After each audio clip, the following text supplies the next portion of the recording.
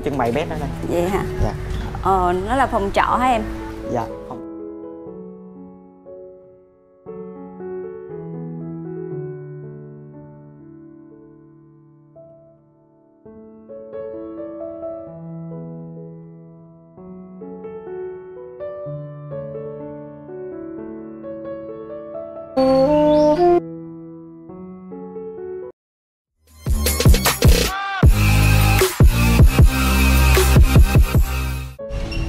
Xin chào mọi người, thì mình là Tuấn đây. Chúc mọi người một ngày vui vẻ.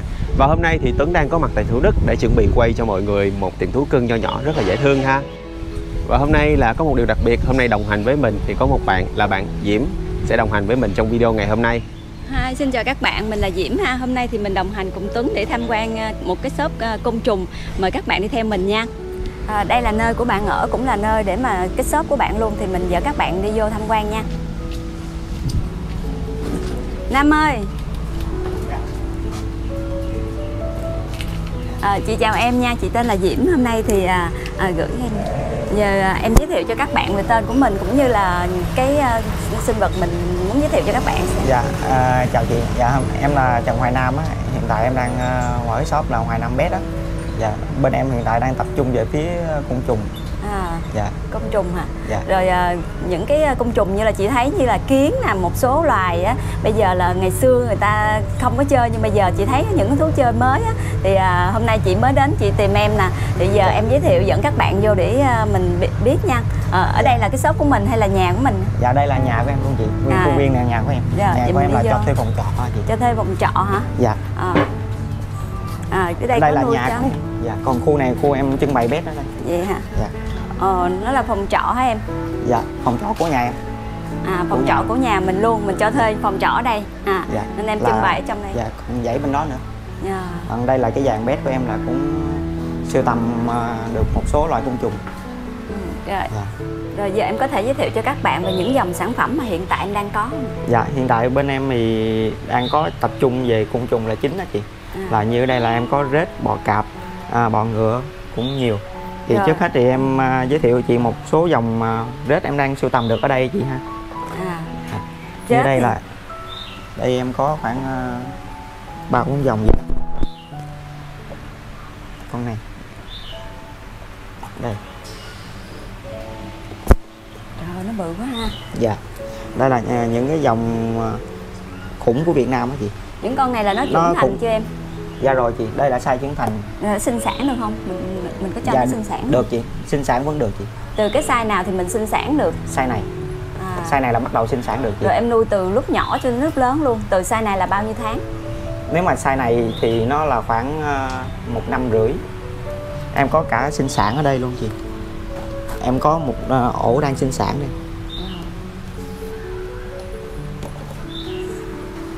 Những con rết này thì nhìn nó sợ quá, nó có độc không em?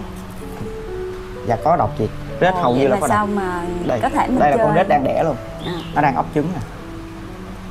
Đang ấp trứng. Nó cuộn lại vậy. Dạ, là cuộn trứng. Sau này là con của nó nở ra trong đó. Và một thời gian nữa là bắt đầu là con nó giải tán ra thì mình mới gấp con mẹ ra. Có nghĩa là lúc mà nhỏ thì mình vẫn để con mẹ nuôi dạ, con của nó, đến khi mà con nó có thể mà đi tách ra khỏi mẹ thì mình mới bắt con mẹ ra. Dạ, nếu không là con mẹ nó ăn. Nó cũng ăn giống như là những cái loại chuột đúng không? Dạ đúng rồi. Loại rết là nó ăn thịt đồng loại. Dạ. Thì mình phải canh nó. Dạ. Đây là dòng. Nó có nhiều dòng lắm hả em? Dạ. Tại bên em còn có khoảng 4-5 dòng vậy thôi. Là như đây nè, một dòng nè, đây là một cặp của nó nè. Là em phối hai con này ra nè, này con cái, này con đực.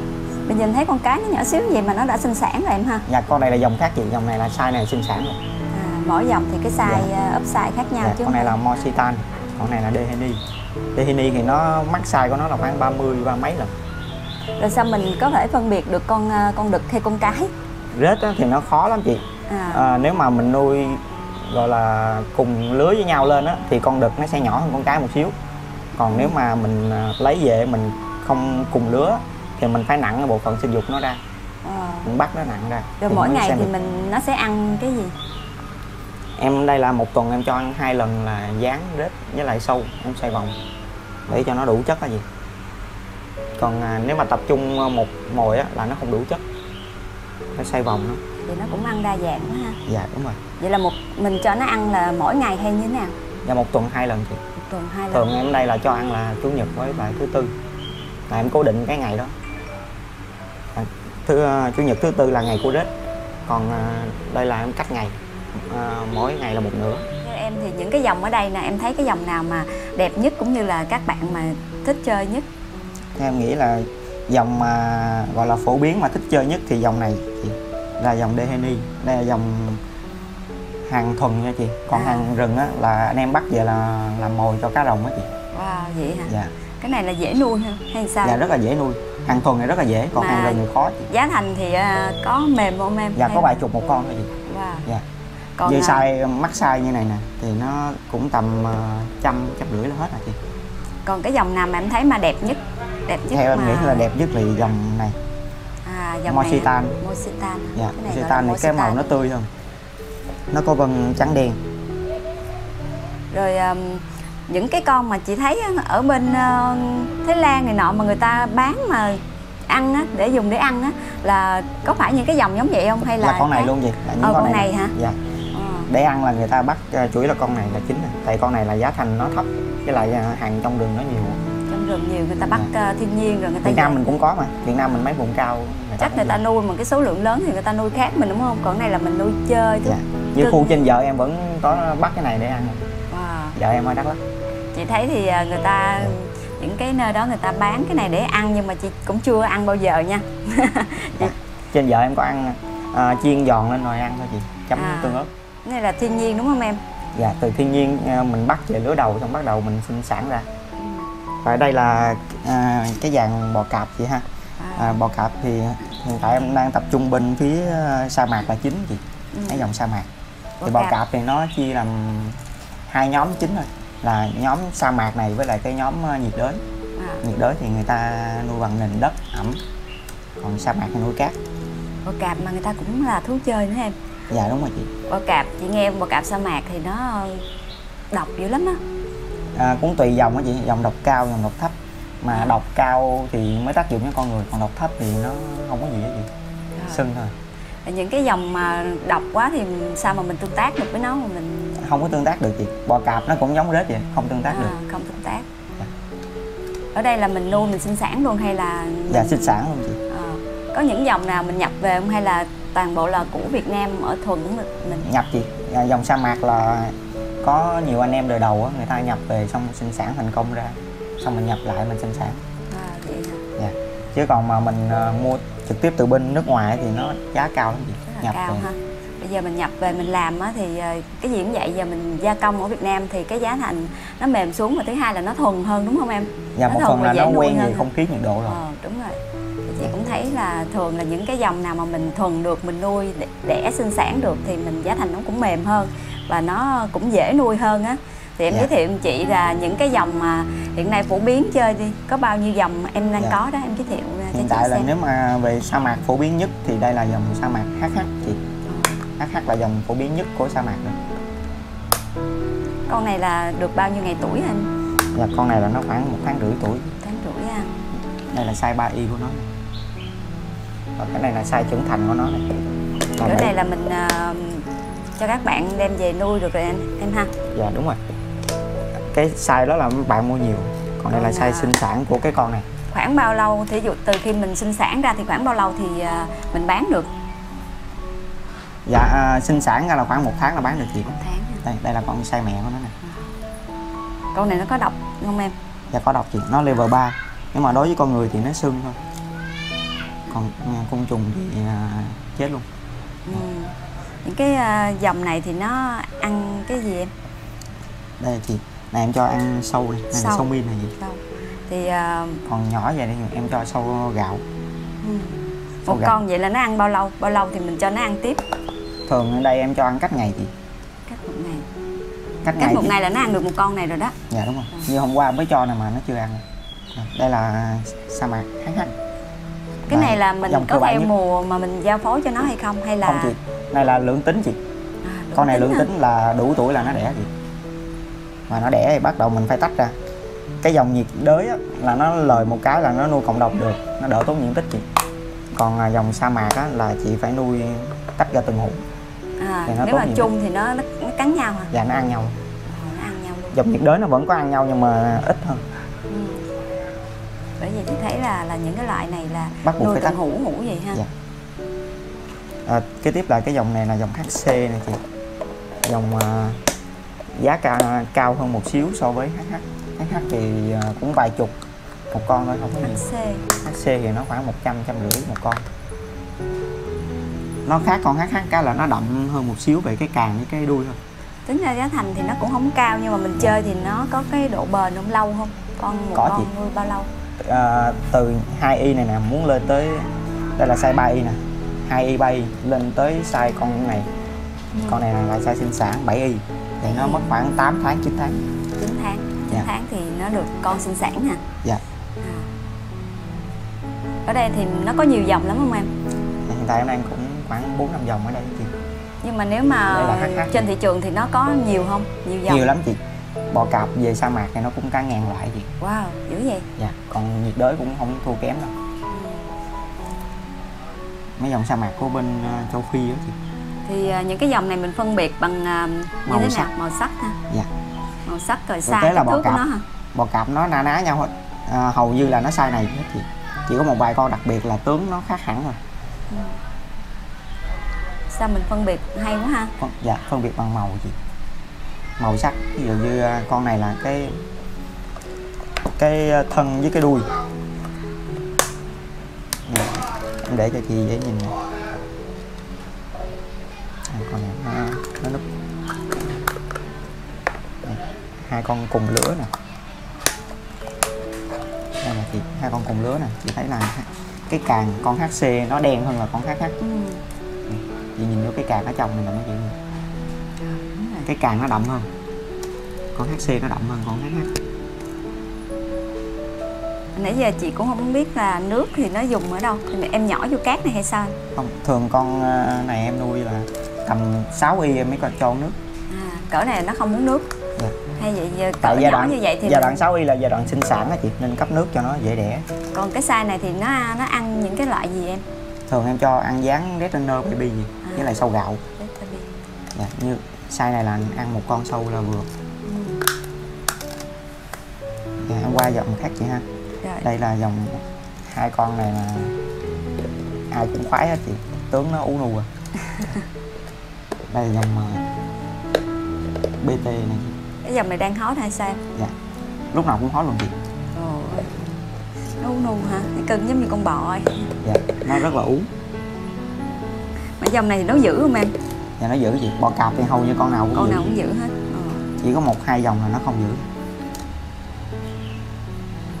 Là tướng nó khác đó chị, nó đen hơn. Nó đen hơn mà nó nhìn giống con bọ ha.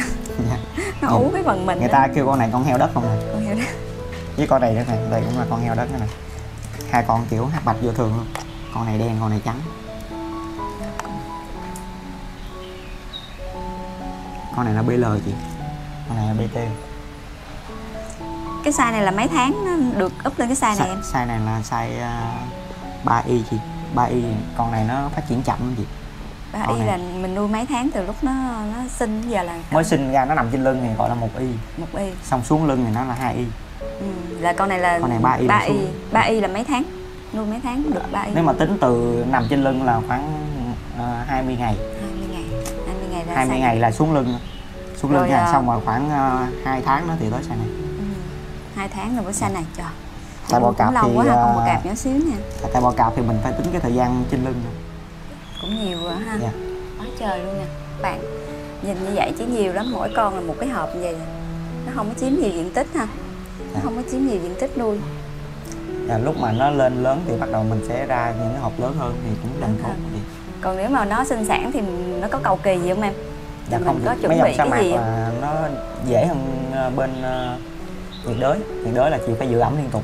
Còn sa mạc chỉ việc cho ăn thôi. Ví dụ như mỗi ngày tới ngày của nó thả vô con sâu là xong. Ví dụ như hôm nay là con này dư thì hôm sau có cái cho ăn, cứ để con sâu ở đó. Những cái dòng này thì nó dễ nuôi không em? Dạ dễ lắm chị. Cái này mình chỉ cần cho ăn thôi. Rồi lâu lâu thấy nền nó dơ á, thì đây qua một cái, đây qua mình lọc lại cái nền, hoặc là lấy cát mới. Thì đây là cát vàng, có cát sa mạc nữa, còn cát trắng, cát nào cũng được.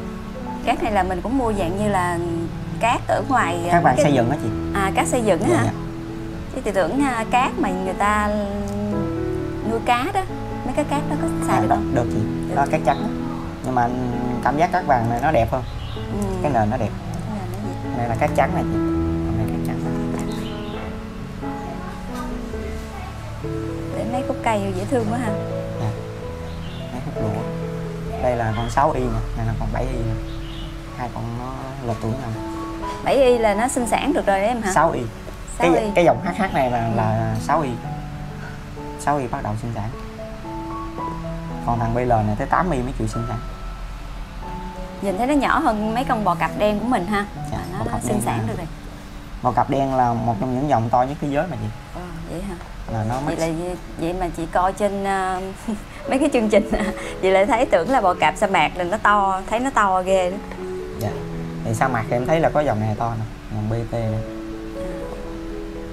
Rồi bây giờ em giới thiệu thêm những cái dòng khác cho chị xem. Dạ. Tiếp theo đây là bên đây là kiến, và bên đây là bọ ngựa chị ha. Đây là kiến nè. Thì bên đây là tăng, thì nó sẽ chia làm hai phần, phần dưới này là tổ của nó nè, phần trên là cái phần gọi là thế giới bên ngoài của nó. Thế giới bên ngoài. Dạ. Thì bên đây là anh em có set up là cái nền, tạo cái môi trường gọi là tự nhiên nhất có thể cho nó. Dạ. Thì trong này cũng có cây, có lũa. Thì bên đây set up là nó có cái bình nước, với lại đây là bình nước nè chị, bình nước gọi là bình nước lọc á, nó uống. Ở đây cái chén là để mình cho mồi sống, nhiều khi tôm tép gì đó mình bỏ vô cái chén nó sạch cái nền. Tôm tép nó cũng ăn. Dạ. Tôm tép cá rồi đó, mình làm thịt heo rồi đó, mình cắt một miếng chừa cho nó. Còn đây là nước đường nha.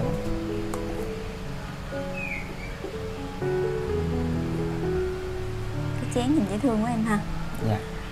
Nước đường có phải đường của mình không hay là sao em? Dạ, đường của mình cũng được, đường cát trắng hoặc đường cát vàng á chị pha ra. Hoặc là mật ong. Dạ.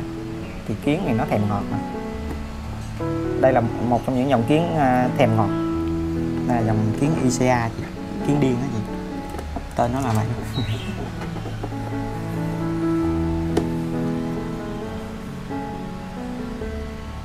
Để vậy là nó bu lên em ha. Dạ đúng rồi. Ở đây là cái tổ của nó nè. Cái tổ nữa. Đàn này thì nó khoảng mười mấy loại thợ, mười mấy win đó chị. Đây là đàn đa win. Đây là con kiến chính xác nè.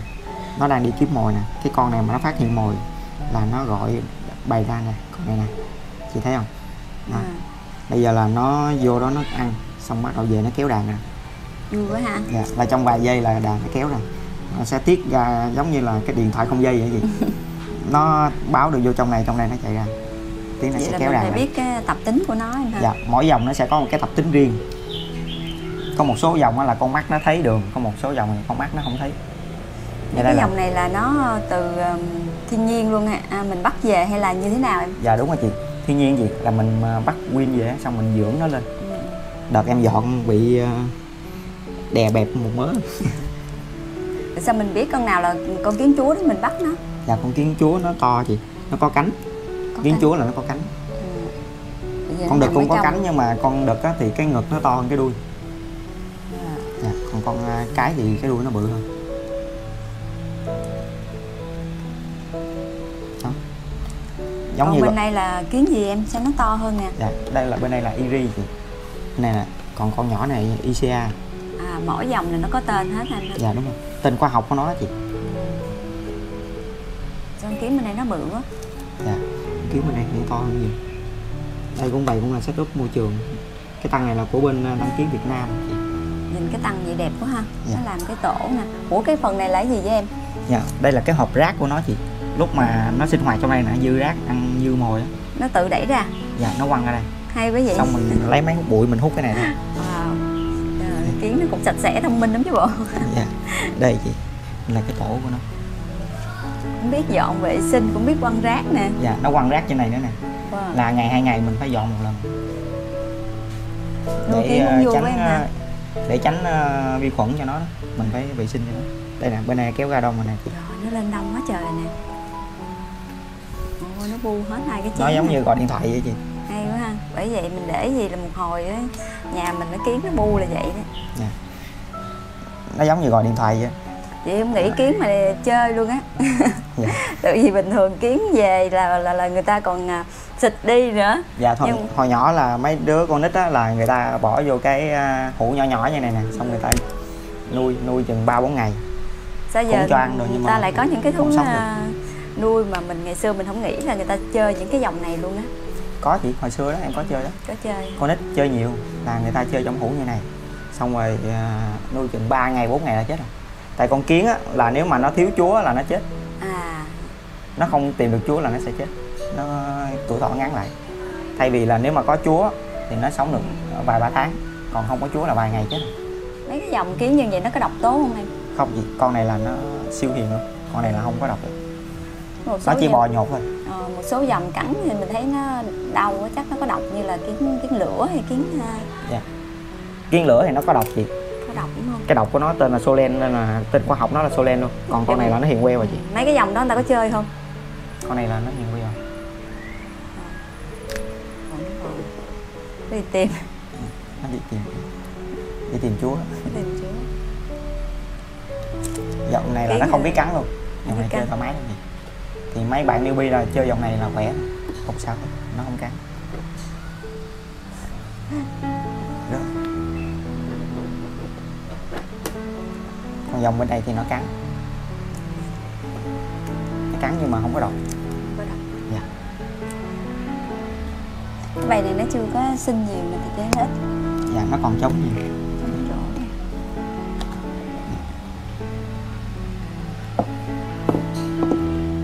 Đây là hộp rác này, đây là cái hộp nước của nó uống nè. Bên đây là cũng là cái hộp rác ngoài. Hoặc là lúc mà cái đàn nó đông á, mình mở nắp này khó nè, mình mới mở nắp này. Còn bên đây sao nó không thiết kế cái hộp rác giống vậy? Dạ, đây là cái mẫu thiết kế của thương hiệu khác á chị, nó có cách thiết kế riêng. Ở đây. Bên đây nhìn cái tổ nó dễ thương quá. Dạ. Còn bên đây là cái cấp ẩm. Bên đây nè chị. Nhìn mấy cái tổ này giống như là ngày xưa mình coi Doraemon có một cái tập phim mà lạc vô vuông ốc kiến gì đó. Dạ đúng rồi chị. Nó cắt ghép những cái tổ rất là dễ thương. Dạ, cái ống ở đây nè là nó để cấp ẩm. Ở đây là gỗ hả ta? Ở trong á em? Không, bằng y tông chị. Y tông là gạch nhẹ xây nhà hả chị? Cái loại gạch nhẹ cục nó bự nhưng mà nó nhẹ. Nó nổi trên nước đó. Nó nổi được trên nước. Dạ. Vậy thì nó sẽ đục lỗ qua luôn. Mấy con kiến này nè. Nó dạ. đục qua được không? Được chị. Tùy dòng chị, như con này là nó ít đục hơn. Còn có nhiều dòng là nó đục bê tông là đi hết chị. Chị. Tiếp theo đây là bọ ngựa chị ha. Bọ ngựa hiện tại em đang còn 2 dòng ha. Đây là hoa gai này chị, bọ ngựa hoa gai. Bọ ngựa thì mình bắt nhẹ nhàng được, bắt mạnh nó nhảy mất. Con này nó nhảy cao lắm. Bọ ngựa hoa gai. Nó nhìn giống lớn cái lên. lá này quá ha. Dạ, lớn lên là cái cánh nó có hình mặt cười chị. Nó tiệp với cái lá đó luôn á. Dạ. Bọ ngựa hoa gai. Dạ. Đây là những dòng hot nhất của bọ ngựa chị. Hot mà cơ bản, nó dễ nuôi. Còn cái dòng Hồng Lan thì nó rất là khó nuôi. Hầu như chỉ có cái Đà Lạt mới nuôi được. Nó búng ra sao? Dạ, nó nhảy. Giờ đẩy lại. Dạ. Còn đây là bọ ngựa xanh. Đây, bọ ngựa xanh. Bọ ngựa thì nó ít nhảy lắm. Mình đừng có làm nó sợ là được. Bọ ngựa xanh. Cái con bọ xanh thì mình nhìn thấy nhiều hơn cái con. Dạ đúng rồi. Đây là con size chung của nó. Đây là L4. Hai con này đều cùng tuổi chị. Cũng là L4. Hồi nhỏ thì chị cũng thích chơi, chị hay bắt cào cho chó bọ ngựa chơi lắm, nhưng mà không nghĩ nó nuôi được luôn á. Dạ. Thì môi trường nó nuôi rất là dễ chị. Có rêu gì xịt ẩm cho nó mỗi ngày. Lúc mà chị biết cách nuôi rồi, bắt đầu chị sẽ set up ra những cái môi trường gọi là phức tạp hơn. Nó có sinh sản, nó sinh sản không em? Dạ được chị. Mình nuôi sinh sản luôn hả? Dạ. Hay vậy. Dễ thương không?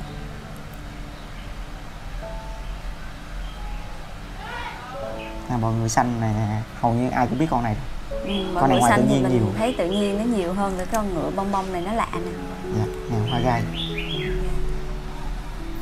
Lớn lên cái cánh nó có hình mặt cười đẹp lắm vậy. Còn con xanh này nó không có.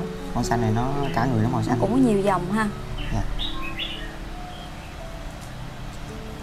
Này mình bán thì cái giá thành nó bên em đang bán 70.000 một con thôi chị. Cái đẹp. Này là cũng là bọ ngựa thiên nhiên của mình bắt về mình sinh sản. Dạ, đây là nó có cái dòng nào nhập không? Nó có dòng nhập không em? Có nhiều dòng nhập lắm mà hầu như là anh em không có nhập. Tại vì thường là con này là rất là yếu. Yếu đúng rồi. Mà nhập về á, thì người ta không bảo hành. Dạ. Nên là hầu như anh em ít có nhập con này lắm. Dòng bọ ngựa nó không có phát triển được là vậy đó. Nó vừa yếu mà vừa không được bảo hành. Tại vì động vật nhập về á, nó không bảo hành. Nó không như hàng hóa. Chị thấy trẻ con mấy đứa giống như mình ngày xưa mình thích chơi mấy con này lắm. Nhưng mà bây giờ thì thiên nhiên thì không còn như là ngày xưa nữa. Cho nên là mình thấy ít, không có thấy nhiều như ngày xưa. Bây giờ hầu như là có đội thợ người ta đi gặp con gì người ta cũng bắt. Nên thiên nhiên bây giờ nó hết nhiều. Giờ nhỏ kiến chị còn bắt. Nhỏ thì nó nhiều lắm. Cứ ra ngoài là thấy à. Như này kiến. Kiến nè, bọ ngựa nè, bây giờ là ngoài tự nhiên kiến bọ ngựa hết luôn. Người ta bắt hết trơn rồi. Là bắt kiến chúa rồi đào tổ, lấy nguyên tổ. Vậy là kiến thì là mình bán sao? Mình bán con hay là mình bán nguyên? Kiến là mình bán nguyên đàn. Nguyên một đàn vậy luôn. Dạ. Nguyên đàn là mình bán luôn nguyên cái tăng như vậy luôn. Thì cái môi trường của nó đúng không em? Hay là mình lấy ra? Nếu mà kiến mình đang dưỡng trong ống nghiệm á thì mình bán nguyên ống nghiệm, còn trong tăng này phải bán nguyên tăng. Tại lấy ra thì được, nhưng mà lấy ra là nó chết thì. Đúng rồi, không phải môi trường của nó quen. Lấy ra thì dễ vì lấy mấy hút bụi hút ra là xong rồi. Nhưng mà đem về là chết, nó quen tăng này rồi, thay đổi là chết. Còn bọ ngựa thì nó dễ hơn, là chỉ cần cái môi trường như này thôi, hợp đơn giản như này thôi. Dễ nuôi ha. Dạ. Xong bắt đầu chị set up ra cái tăng nó cầu kỳ hơn thì nó đẹp. Lúc mà nó sinh sản vậy thì nó có nuôi chung với nhau được không? Không chị, tất cả đều là nuôi riêng. Ồ, vậy lúc hả? Mà sinh sản á, là chị bỏ vô khoảng 5 phút chị canh nó phối xong rồi lấy ra. Vậy mà chị nghĩ là nó sống ở thiên nhiên thì nó sống theo bầy đàn, nên chị nghĩ là nó theo đàn. Thiên nhiên cũng không có bầy đàn gì. Chỉ là cái chỗ là chỗ nó nở ra thì nó đang ở chỗ đó chưa đi thôi. Bởi vậy cái gì mình chơi, cái gì mình cũng phải biết cái tập tính của nó ha. Như chị là chắc chị nghĩ nó bầy đàn cái chị nhốt chung với nó. Bọ ngựa, bọ cạp đa số là riêng lẻ. Riêng lẻ ha. Bọ cạp dòng cộng đồng cũng vẫn phải xin gọi là nuôi riêng lẻ một xíu. Gọi là rộng á, ít nhất là rộng rãi, còn không nó vẫn ăn. Dù là dòng cộng đồng luôn. Nhiều dòng á ha. Dạ. Đây là những con này là gì? Màu lạ nè. Dòng này tên gì em? Hoa gai gì? Hoa gai luôn nè. Dạ. Lớn lên cái cách nó có hình mặt cười á. Hiện tại đang không còn size lớn hết. Này toàn size chung mà. Đây là cái xác lột của nó. Lúc mà nó lớn lên thì mình đổi cái hũ này hả? Dạ đúng rồi. Đổi cái size hũ lớn hơn chứ. Dạ. Nó cũng ăn côn trùng hả em? Dạ. Đây là còn con sâu này nó ăn chưa xong. Sâu. Cho sâu gạo mà dán đỏ, dán red runner. Cái nhiệt độ môi trường thì bao nhiêu? Nó có quan trọng không? Không gì. Mấy cái dòng mà gọi là Việt Nam rồi thì không có quan trọng nhiệt độ. Chỉ có một số dòng đặc biệt thôi thì nó mới cần đúng của nó. Giờ mấy cái dòng này là cho mấy bạn nhỏ chơi chắc mấy bạn thích lắm. Tại vì giờ cho em hay coi điện thoại rồi máy tính nhiều quá. Nhiều khi mình cũng sợ hại mắt này nọ đó. Thì mua mấy cái dòng này cho mấy bạn chăm ha. Cũng giờ mấy bạn chơi nhiều. Cái này được một cái là mấy bạn học được cái thiên nhiên. Đúng học rồi. cái thiên nhiên rồi. Cách nuôi. Mấy bạn tốn thời gian cho chăm sóc với lại ngắm rồi này nè thì đỡ tốn thời gian coi điện thoại. Đúng rồi, chị thấy thì cũng hay. Tại vì mấy bạn giờ coi máy nhiều quá thì không có ra ngoài chơi á. Thì mấy bạn mà cho mấy bạn chăm mấy cái con này thì cũng là một cách để mấy bạn bớt cái điện thoại. Nhiều khi chăm nó có nửa tiếng thôi nhưng mà ngồi ngắm tới mấy tiếng là gì. Đúng rồi. Cái này phải có đam mê ha. Mấy bạn ở dưới quê á, thì có nhiều cái tiếp xúc với môi trường thiên nhiên nhiều hơn thì có mấy con này nhiều, nhưng mà ở trên thành phố mình thì nó ít nè. mà dưới quê thì người ta lại không cần con này. Còn trên Sài Gòn thì người ta không có, người ta lại cần. Có, đúng rồi. Xong người ta phải nhờ những người dưới quê gửi lên. Mà những cái con này mà gửi đi phải đóng gói chuẩn nó mới sống được. Sao mà tự nhiên em lại nghĩ ra là em chơi với cái dòng này, cái cảm hứng ở đâu mà em chơi với cái dòng này? Dạ thì hồi nhỏ em cũng mê về động vật á chị. Xem thế giới động vật nhiều, xong rồi thấy nhiều người ta nuôi phát triển được động vật á, nuôi sinh sản tốt thì mình cũng thấy ham á. Xong bắt đầu mình nghiên cứu cách nuôi nó, xong rồi tạo ra môi trường sống của từng con, rồi mình kinh doanh bán từ nó luôn ha. Dạ. Một thú chơi mà mình có thể tạo ra được cái công việc làm cho mình luôn. Dạ. Để mình vừa nuôi dưỡng đam mê mà mình vừa thu nhập được. Rất là hay ha. Dạ. Đấy, em giỏi quá. Chị. Tiếp theo đây là nhện vậy ha. Nhện thì em đang có vài dòng thôi. Nhện là trước đây thì chị cũng có đi đến một cái shop nhện nuôi nhện. Dạ. Và chị cũng có mua, cũng như bạn tặng những ít về chị nuôi, giờ con nhện nó rất là lớn lên. Nhưng mà giờ chị cũng biết là nó có rất là nhiều dòng á. Thì em nên chia sẻ cho chị hiện tại mình có những cái dòng nào ha?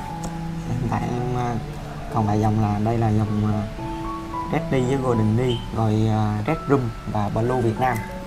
Đây là Blue Việt Nam này, con này to nhất này, các chị xem như vậy. Blue Việt Nam, dòng Việt Nam. Con này khoảng size 9, size 10 thôi chị. Là chuẩn bị tới size sinh sản. Con này cũng to quá ha. Dạ. Nhưng mà bữa chị lên trên kia đó, con to hơn luôn, có con to hơn luôn. Dạ. Thì cái tùy dòng nữa. tùy theo dòng đúng không? Dạ. Con này như vậy là massage chưa ta? Dạ chưa gì, nó khoảng 12, 14. Dạ. Đây là các cái dòng khác. Hiện tại dòng mấy con lớn em đi hết rồi, giờ còn mấy con nhỏ thôi. Đây là dòng Disney này. Đây là dòng, đây là trốn rồi mất tiêu rồi. Cái này nó hay trốn, đây là Golden D này. Con này Red Room thì nó nhỏ quá, nó sờ linh hơn. Con này là nó khoảng size 23 rồi. Chị thấy em có rất là nhiều luôn ha. Nhưng mà Dạ. Nhưng mà nó trùng không mà chị. trùng lại những Tại cái vì dòng của mình. sinh sản ra rồi nó một ổ thì nó giống nhau. Thì Nhiều con vậy. bố mẹ là em đi rồi, còn đây baby của nó. Nhiều vậy sao mà em chăm sóc hết được? Dạ có vợ phụ á chị, mà mình em chăm không có hết rồi chị.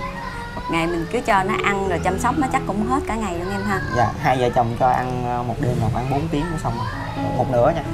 Một nửa này là 4 tiếng. Tại vì còn dán nữa chị. Là mỗi ngày là phải quét dọn dán xong rồi một nửa này. Ở đây là trứng của nhện quá phụ. Trứng. Dạ, nhện quá phụ thì Việt Nam mình hơi hiếm, rất là ít người bán.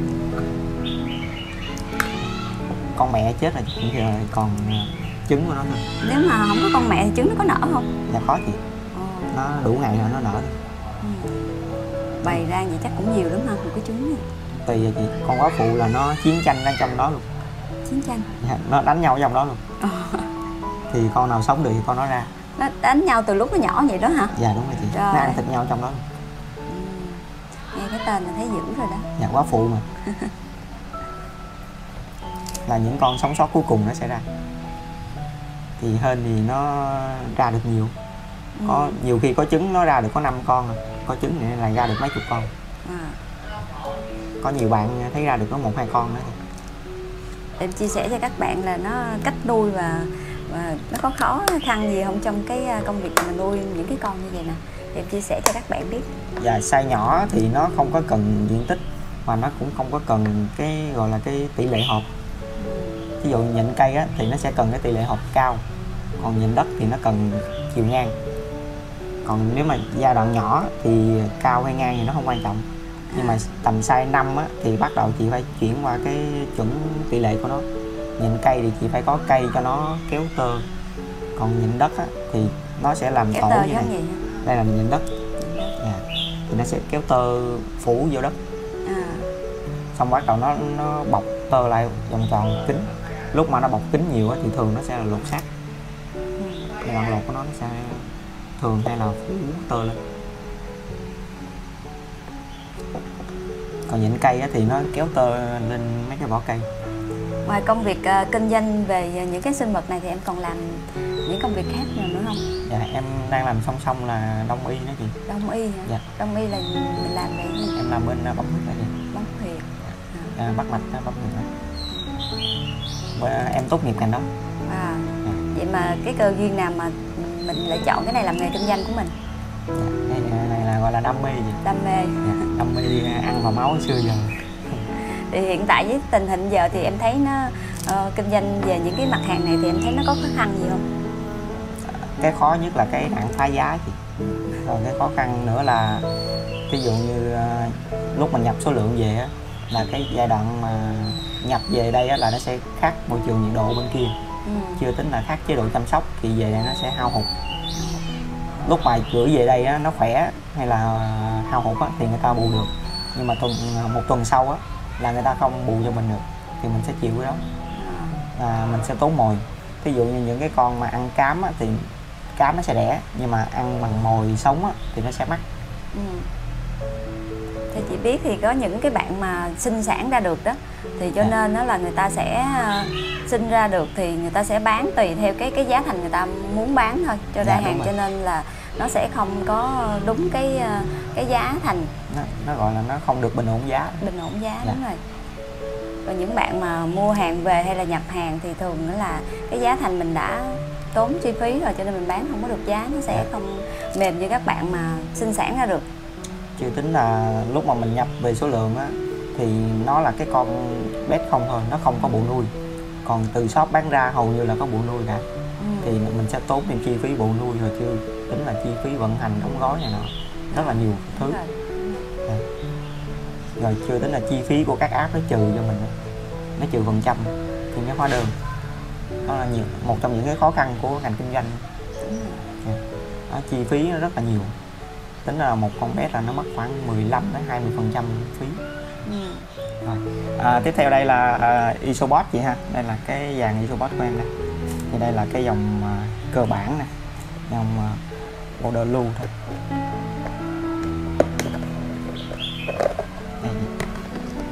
Đây là một trong những dòng cơ bản của Isobot hả em? Dạ.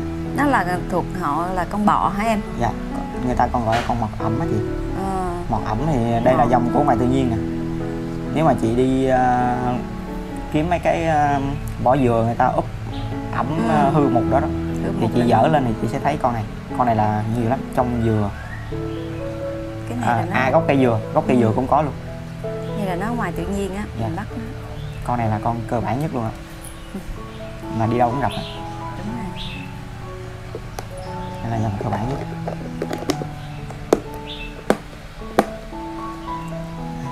Tiếp theo là đây là cái dòng này là con gái thích lắm chị, dòng Panda.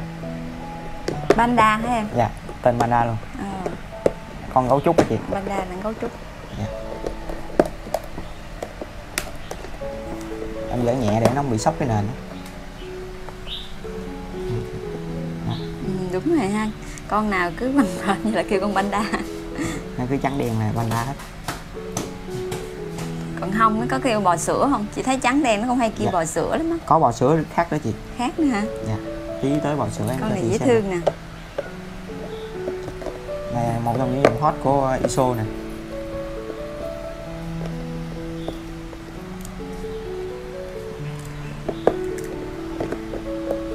Cũng nhiều dòng quá em ha. Dạ, nó cũng hàng ngàn dòng á chị. Sưu tầm không nổi vậy. Đây là dòng con Amber Turkey này chị. Con vịt cơ bản. Những gì thú cưng giờ ta chơi nhiều loại ha. Ta chơi dạng sưu tầm. Cái con này nhìn cũng dễ thương quá ha. Dạ, nó thấy nó hiền quá em ha. Dạ, ISO nó hiền. Có một số dòng thì nó chạy nhanh. Mình lỡ mà bị rớt xuống đất là coi như thả nó luôn, bắt không nổi.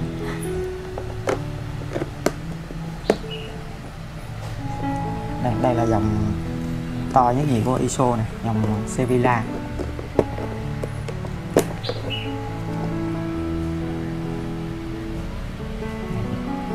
Con này thì nhìn giống con gián quá ha. Nó giống cái mấy con gián gì đó, Dubia hả? Giống cái dòng đó. Dạ, nó khác hẳn á chị. Tí em cho chị xem cái dáng Dubia luôn. Dạ. Cái này thì nó ăn cái gì, thực phẩm của nó đó? Mà một lần em cho ăn là 5 món chị. 5 món. Là lá móng bò nè, nang mực nè, cám cá, bí đỏ nè, với lại xác lột của gián sâu gián á. Lúc mà lột ra mình lấy lại xác mình cho tụi nó ăn. Nó cũng ăn đa dạng quá ha. Dạ. Thì mấy cái này là thực phẩm này nó dễ mua không? Mấy cái dòng này nè. Dễ lắm chị. Thì bí đỏ nè, lá móng bò là hơi khó nè.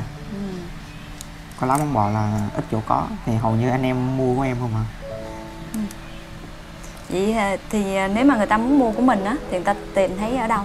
Em bán ở trên nền tảng nào? Em có các nền tảng mạng xã hội hiện tại là Facebook, Zalo đều có, Shopee, Lazada, TikTok. Cái shop của mình tên là cái gì để cho các bạn mà muốn tìm để mà mua bên mình á thì em giới thiệu cái tên của shop mình. Dạ, shop của em tên là Hoài Nam Pet đó chị, tên của em luôn. Dạ. Tên của em luôn. Dạ. Trên mấy nền tảng nó cũng lấy một tên vậy thôi hả? Dạ đúng rồi chị. Dạ, chỉ cần bấm Hoài Nam Pet trên Google Maps cũng ra em luôn. Dạ. Thì mình ship ở ship toàn quốc. Toàn quốc. Dạ. Trước em ship của quốc tế nhưng mà ship đi không được. Bên quốc tế người ta không nhận. Đơn hàng vẫn đi được nhưng mà động vật đi không được. Lazada là em đi quốc tế. Là dòng cơ bản luôn chị, cũng dưới các gốc cây. Nhưng mà con kia là nó nghiêng nhiều gáo dừa hơn, còn con này là nó nghiêng về mấy cái gỗ cây mục.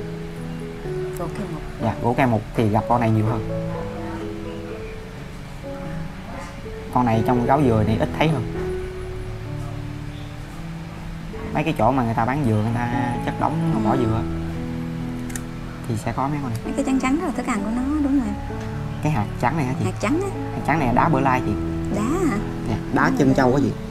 Đây là cái nền chuyên dùng của nó chị. Đá này rất là nhẹ chị. Chị bóp nhẹ là bể. Đá mà nó xốp quá hả? Dạ. Nó gọi là giữ cái độ thoáng trong nền. Nó không bị nén lại. Này cái nền này em xài chắc cũng mấy năm rồi nhưng mà nó không bị nén lại. Nó vẫn xốp. Là cái nền tơi xốp mà ẩm. Này cái miếng cây này hồi xưa là dày lắm chị. Xong rồi nó cắn riết nó đục rỗng hết. Dạ. Là con này nó chuyên cặp gỗ. Nó ăn gỗ là chính nè. Rêu cũng vậy nè.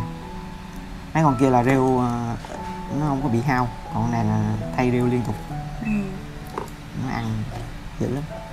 Thì chế độ ăn của nó em cho ăn giống nhau hết, là một lần cho ăn 5 món.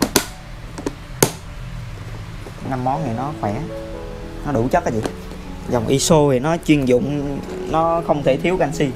Thiếu canxi là nó lột xác không được chứ. Đây dòng giá trị nhất hồi xưa em chơi này. 350 một con này. Wow. Dạ. Hồi xưa em về là 50 con. Này mình bán là một bát nó khoảng 3,5 mình... triệu, mà giờ nó mất giá quá em làm biến em bán hết rồi. Cái này mình bán là dạng như combo hay là mình bán theo bát chị? Bát là 5 con 10 con. Dạ. Đây là dòng gọi là tầm cao.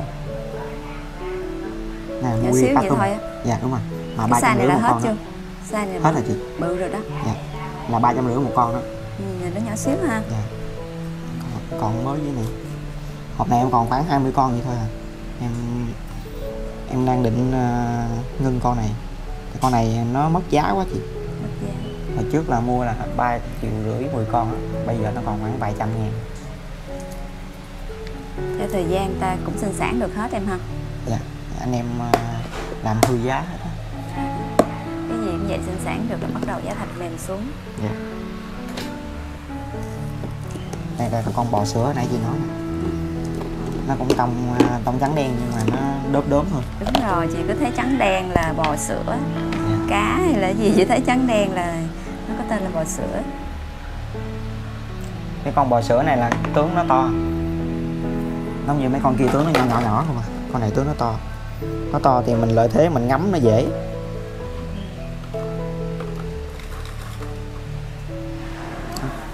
Mỗi ngày mình cứ cho nó ăn vậy chắc cũng dòng này thì nó lại thích bên rêu hơn.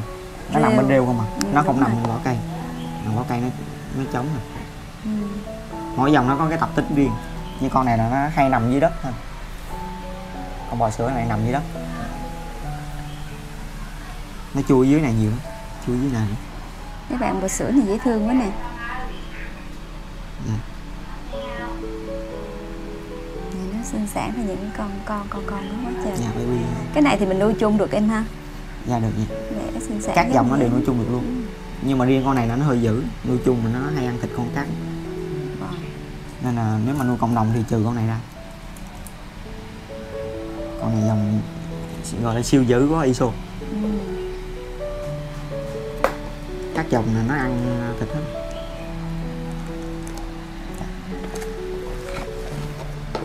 Tính ra nó cũng nhiều dòng quá em ha. Dạ. Hồi trước em là khoảng 40 dòng mà sau này em ngưng bớt rồi thì nó đa dạng lắm, mình sưu tầm không hết nổi. Cái này là co phu này. Phu chắc còn ít rồi. Dòng này thì được cái vân nó đẹp, cái vân nó từng đốt quá gì.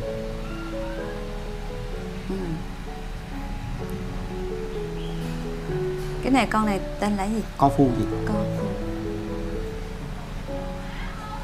Nè, hôm qua mới cho ăn này. Cũng làm cái khay nước đây ha. Để chén cám đó chị. Thì cám nó đụng nền ẩm nó dễ bị móc thì phải bỏ trong chén.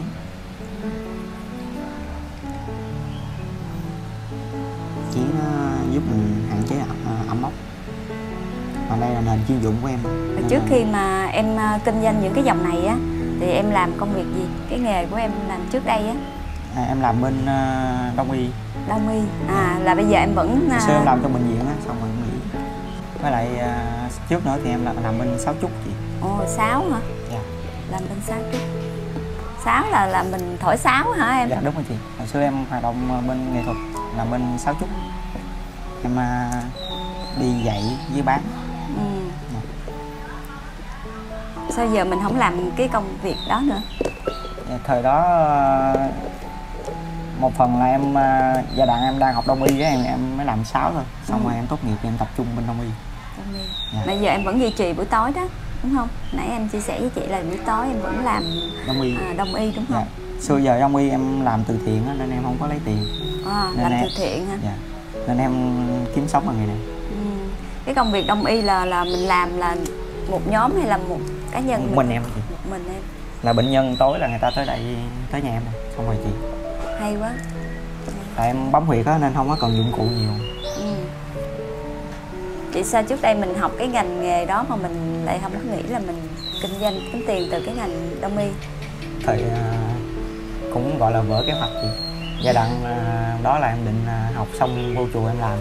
Vô chùa làm. Xong rồi sau này có vợ nên đổi chí hướng. Vô chùa là làm việc ở trong chùa hay là em ý là đi tu? Dạ đi tu trong đó luôn, làm đông y luôn. Tính đi tu trong chùa luôn hả? Để hoạt động ngành đó. Vậy là gặp vợ là coi như là vỡ kế hoạch luôn ha. Đổi kế hoạch. Đổi kế hoạch. Đây là Baba Da này chị. Baba Da cái dòng này con gái cũng thích, cái màu nó hợp với con gái. Chị nhìn mấy cái con này chị thấy nó quen lắm. Lúc trước là nói chung là mấy cái con này phải nó cuộn thành cái vòng tròn không ta? Phải con này dạ, không? Tùy dòng. Như dòng này cũng là dòng cuộn nè. Nó cuộn thành một cái cục tròn luôn á. Dạ đúng rồi. Chị cầm như nó là nó cuộn này. Đúng rồi, giống như viên bi vậy. Đây nè. Đó. Thì những cái con mà họ Cubarit đó là nó sẽ cuộn được hết chị. Tự giờ nó nhiều dòng quá nên chị không có biết là mấy không, chứ ngày nhỏ thì mình chỉ thấy trong thiên nhiên á. Dạ. Thì cái nào mình thấy mình cũng không biết nó là dòng gì. Những cái con mà tướng nó na ná như này nè là đa số cuộn được. Nó cuộn lại ha, nó cuộn thành trái banh luôn á. Mình cầm tới nó là nó cuộn được. Chị, ở đây là cái dòng Isobot hot nhất hiện tại này chị. Nó dòng cơ bản thôi nhưng mà màu nó đẹp á, nó thu hút anh em trong Iso nhiều. Dạ. Giờ nó chấm bi ha. Dạ, chấm bi. Ủa sao chị thấy có mấy con nhỏ này là gì vậy em? Nhỏ đó mấy cái dòng linh theo trong đất đó chị. Nó có tác dụng gì, nó có hại? Nó giúp xử lý đất với lại thức ăn thừa của ISO đó chị. ISO mang không hết là tụi này xử lý hết. Vậy là nó có lợi ha. Dạ. Sợ. Giúp cho nền đất luôn tơi xốp này chị. Tại tụi nó hai đầu bới như này nè. Tại vô tình nó tơi xốp lên. Rồi thức ăn thừa. Chị thấy nhỏ chị tưởng con của nó. Đây là cái dòng Mu Cam này chị. Murina Cam. Mu Cam. Dạ. Cái dòng này thì dễ nuôi nhất luôn nè. Nó đẻ tràn lan luôn. Dòng này đẻ rất là mạnh. Mà cái dòng nào mà đẻ dễ sinh sản chắc giá thành nó mềm hơn. Dạ. Hồi xưa là nó khoảng 450 10 con á. Sau này nó còn khoảng mấy chục. mới khoảng vài tháng thôi. Trước Tết là nó bán khoảng giá 450, sau này mấy chục. Con này là dòng này là border luôn nè, giống cái con nãy là dưới sơ dừa chị. Thì con này là màu khác của nó thôi. Mấy cái màu xanh. Mấy cái dòng này cũng là của Việt Nam mình hay là Việt Nam hết chị? Việt Nam hết à. Ở đây có con dáng. Hồi xưa là mấy thằng này là dòng nhập này chị, con này là nhập nè, nhưng mà sau này anh em sinh sản là được hết rồi. Thế này, con này cũng khá là đẹp nè. Nó cũng chấm bi luôn. Con này con ruby.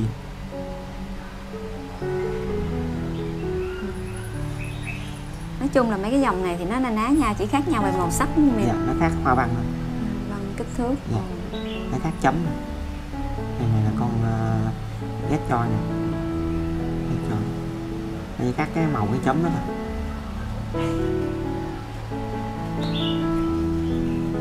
Đây là con siêu chạy nhanh này, em thấy là con này chạy nhanh nhất này. Đây. Con này chạy rất là nhanh.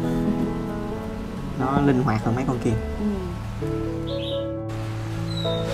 Ở đây chị thấy em có nhiều cây sáo á nè. Cái này là mình có kinh doanh buôn bán nó không hay là để mình dùng thôi? Dạ, hiện tại thì em để dùng chơi giải trí rồi chị. Hồi xưa thì em kinh doanh bên này. Vậy hả? Dạ. Dùng chơi mà quá trời luôn em ha. Dạ. Sao mà nhiều loại vậy? Xưa em quản lý cái hội câu lạc bộ sáo trúc miền Nam á chị. Mấy cây này đẹp nè. Ở đây thì loại nào thì mắc nhất? Cây nào mắc nhất? Hiện tại là cây này với lại cây này. Cây này là cây tiêu. Này là tiêu. Mỗi cái cây vậy là dùng giống nhau hay sao mà nhiều quá vậy? Nó khác nhau chị, nó là nhạc cụ khác luôn. Nó chỉ là dòng họ nhà nó thôi. Nè, vì thấy quá trời luôn. Như chứ nếu mà giống nhau thì mình mua một cây hay 2 cây thôi ha. Dạ đúng rồi. Như này sáo Việt nè, cái này sáo Tàu nè. Còn đây là sáo cây tiêu. Thổi nó ra âm thanh khác nhau luôn em hả? Nè, để em cho chị nghe một đoạn. Tiêu thì âm thanh nó trầm.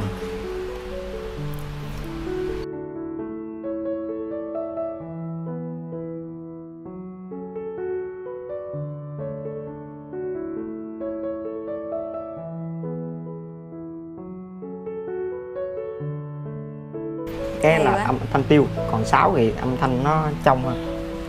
Dạ, như này là sáo Tàu này. Dạ.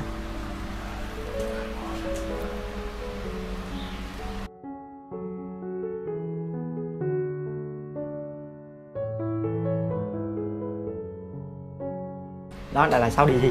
Âm thanh nó sáo khác Tàu. nhau luôn hả? Dạ đúng rồi. Mỗi cái cây là nó có cái âm thanh rồi cái độ thanh trầm nó khác nhau. Hay quá. Đi sâu thì nó cũng phức tạp. Giống như này là sáo, này là sáo ngang bình thường. Này là sáo ngang bình thường. Là chị hay xem mấy cái video hoặc là có mấy cái đoạn organ mà nó đánh tiếng sáo á, là của cái loại này. Dạ. Bài gì ta?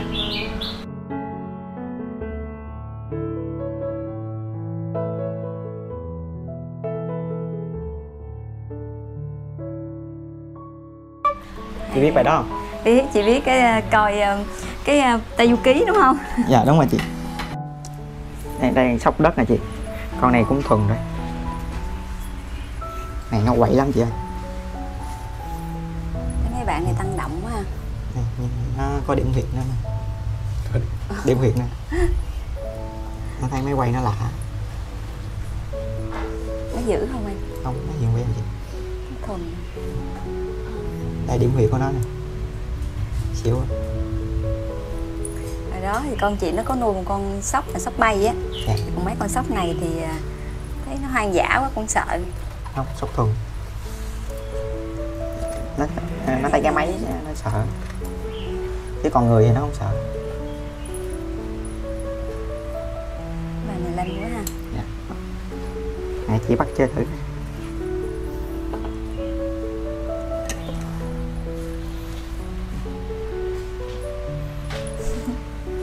Nó hiền lắm. Nó thấy cái máy quay nó sợ. Chứ còn người thì nó không sợ.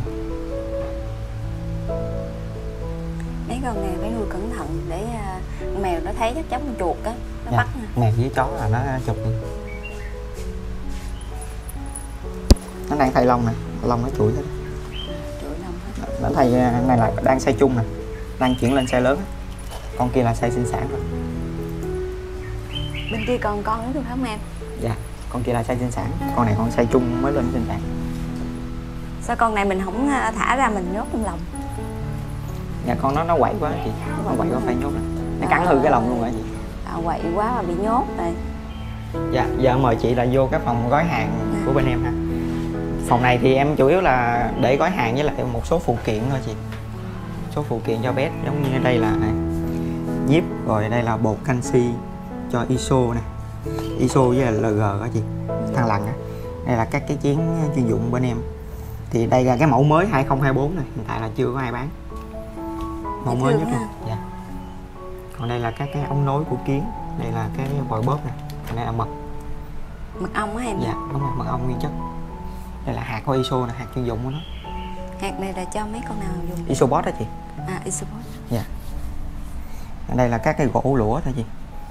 Gỗ thông, lũa, đây các cái thùng gói. Còn đây là mồi. Chị thấy hôm nay em có chuột nữa nè. Chuột bạch. Dạ. Đây chuột bạch. Chuột bạch hồi trước là em bán mồi nhưng mà sau này em không có bán nữa. Sau này chủ yếu bán bên cảnh thôi. Tại con này hiện tại nó sinh sản chậm nhưng mà nó lại không có giá mấy. Nó chỉ có vài chục một con thôi. Mua nó để chơi kiển thú cưng đó. Dạ. Ngày nhỏ đó. Ngày nhỏ thì ít thú cưng lắm nên là ở trường học là hãy thấy những cái bạn chuột bạch như vậy. Con chuột này nó hiền, chuột bạch nó hiền hơn hamster. Hamster là nó cắn, chuột thì nó ít cắn hơn. Hamster nếu mà mình nuôi mà không chăm mỗi ngày á là mình bắt nó cắn. Mà nó cắn ác lắm, con hamster nhiều khi nó cắn là nó cắn liên tục không nhả. Chị thấy có mấy dòng hamster nó không cắn, cũng có những dòng cắn mà những dòng nó cũng hiền lắm. Dạ. Cái dáng hả em? Dạ, này là dáng.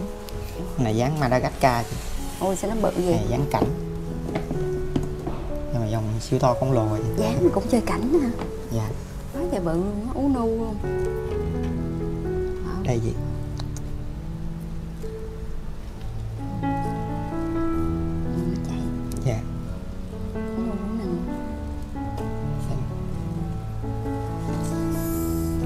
Con này đụng là nó kêu nè. Kêu hả? Dạ, đó. Đúng rồi, nó kêu xe xe, nó cười ha. Dạ.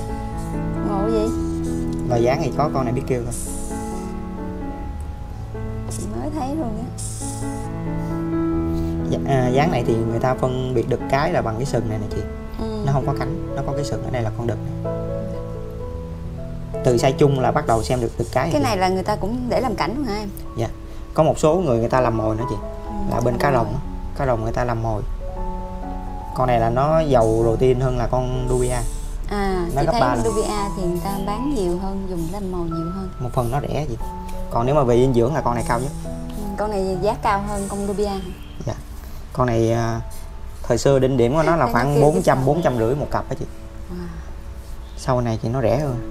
Dáng thì chị thấy nó đa số là nó dễ sinh sản, con này có dễ không em? Khó lắm chị, con này một năm nó sinh sản một lần thôi. Mà một lần nó khoảng 10 mấy 20 con rồi. Nên là con này sinh sản rất là khó. Bởi vì giá thành nó cao rồi, đúng rồi. Dạ. Thời xưa là giai đoạn đầu anh em nhập á, là nó khoảng 70 đô một con á. Nhập về đây xong bắt đầu sinh sản ra.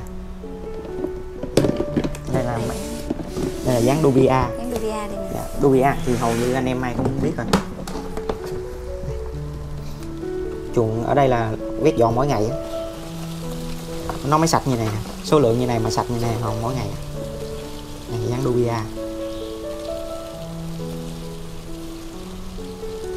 Con này sinh sản nó dễ hơn em ha. Dạ đúng rồi. Này dáng phổ thông, nó rẻ. Nó có vài trăm một ký thôi. Vậy chứ mà nó sinh sản nhiều mình bán làm mồi thì nó cũng có giá đó.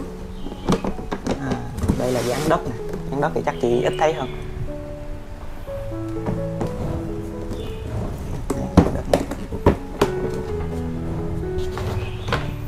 Đây dáng đất.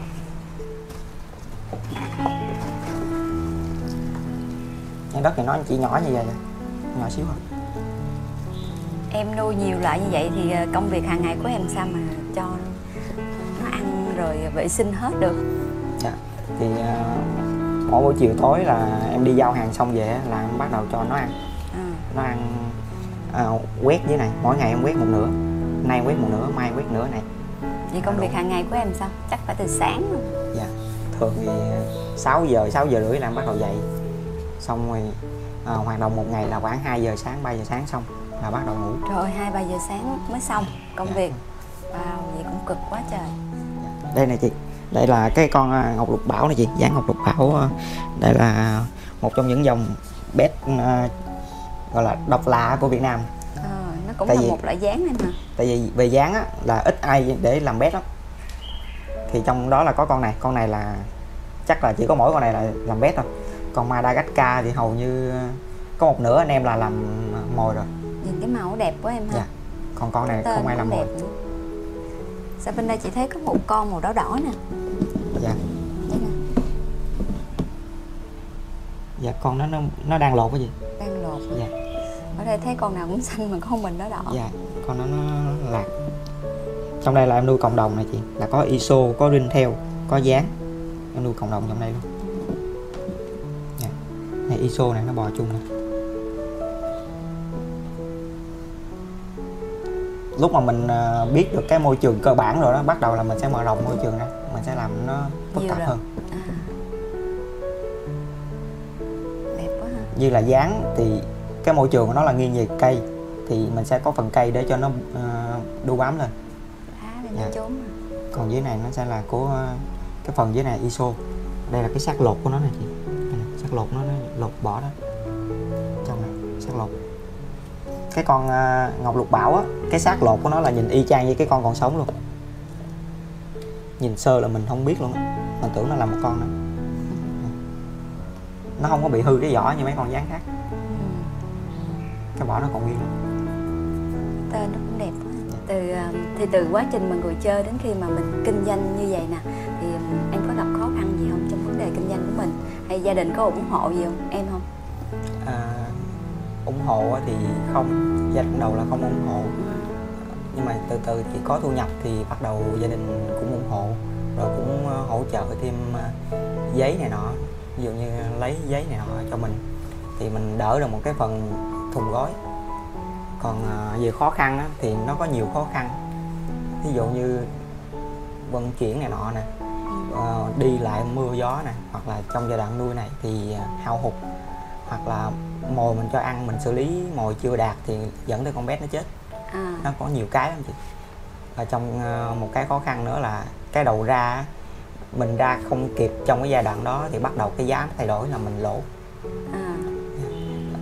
Cái giá nó thay đổi thường là đi xuống, hiếm khi nào đi lên lắm chị. Tôi nghĩ là trong quá trình mình sinh sản khó khăn nhất đúng không?